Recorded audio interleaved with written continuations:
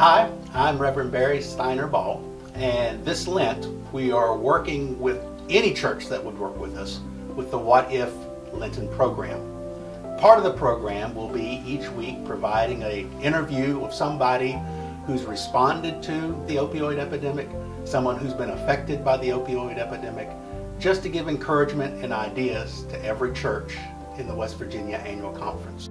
With me today is my lovely wife, the Bishop Sandra Steiner Ball, and I'm going to ask her some questions and get her to share her experience with addiction. Okay. You come from a family that has suffered from basically alcoholism, is the way it was expressed. How many generations do you know of had issues with alcoholism? Well, I know that the issue of alcoholism goes back to my grandfather. As a grandchild, my visits with my grandparents were very limited.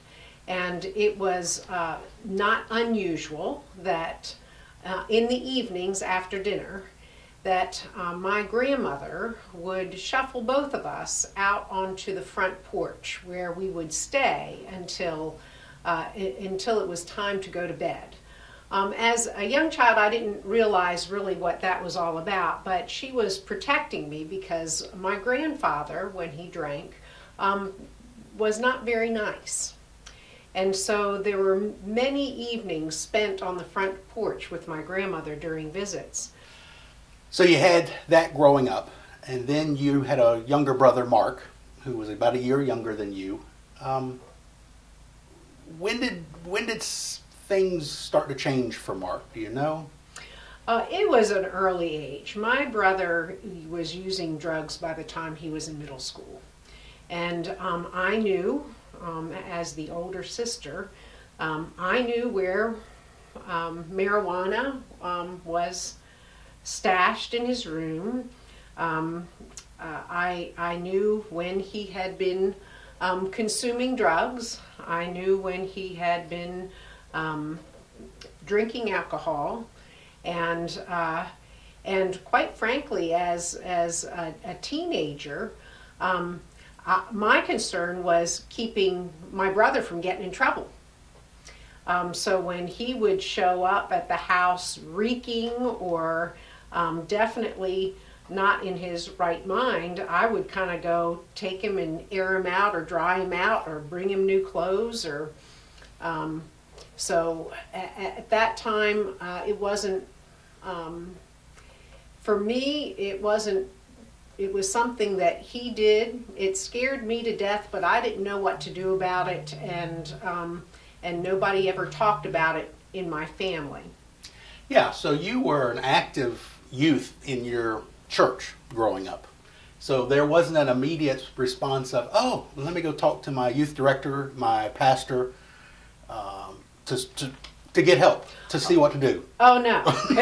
During that time, if the addiction that he suffered from was not seen as a moral failure or shame or whatever, was there something that maybe the church could have done to help the family?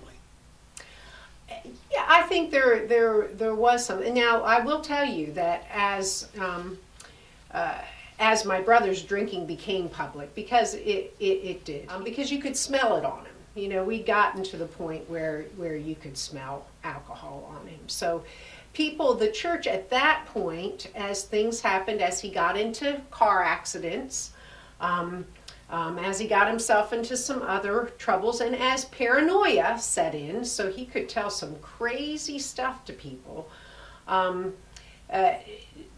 the church put him on the prayer list, and they prayed, and there were a few people, very few people, who, when all this came out, and it wasn't the pastor, it was a lay people who reached out to my mom and dad, and with stories of their own struggles with a son or a daughter who was caught in the mix of alcohol or drug addiction. And I think that those things were helpful at that time to reach out and know that you're not alone with this struggle in the family.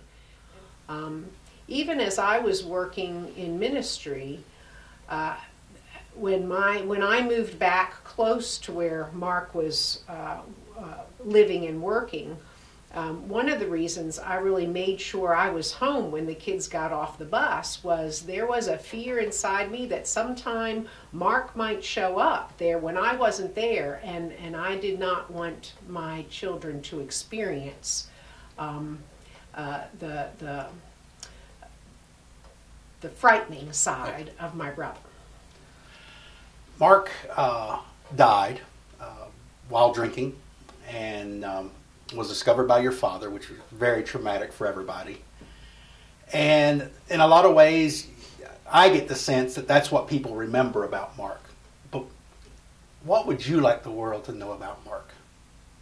To remember about Mark? Oh, he really was a brilliant man with great leadership skills. My grandmother used to say that out of all the grandkids, he was the most loving. And so I think about that, and I think that she was right in a lot of ways. He was the most loving, but he was also the person who just always needed more. He was so intelligent that he was always looking for the next challenging thing. And he was always searching for who he was and what would give value and purpose to his life, and how he could use that all his talent for good. He was a father, and he loved his daughter, and did spend time developing her ability to use her mind. And she is, again, one of the smartest people I know, and she always got encouragement from my brother. He was always looking. He was part of the Heart Association and led drives for the Heart Association. He was a really good person, but he was so smart. He thought that he could control alcohol, and when it was controlling him. And I think that that's one of the struggles that a lot of people caught in the midst of addiction have. There is this illusion that they are in control when they take alcohol, when they take drugs. And what they don't realize is that in the midst of taking the alcohol and the drugs, there's a chemical reaction that goes on in their brain where that drug, that alcohol, takes over control of their lives, and they're oblivious to it. And so when you are walking in a place that's not really real, you need someone to come alongside you, to help you through times that are rough, and help you come to depend on something else that is truly life-giving, rather than the alcohol or the drugs that you're using every day. Thank you for sharing with us. I know that was difficult, but I know Mark is a wonderful person, and the thought to be able to change that memory into a positive thing is a very powerful thing. He was a great man, and unfortunately the potential for him doing ever greater things was lost because of his addictions. Addiction affects immediate families, it affects extended families, it affects neighborhoods and communities. It's a disease, and it needs to be talked about, it needs to be acknowledged, and the church needs to claim its victory over it, and to step out of our pews and into our communities, into our families, into our living rooms, and provide love, provide guidance, to walk with those who are in recovery, to walk and love with those who are family members are currently addicted, and to find the children of the addicted who might be lost and who might think that addiction is the normal way of life. There's so much the church can do. What if we responded.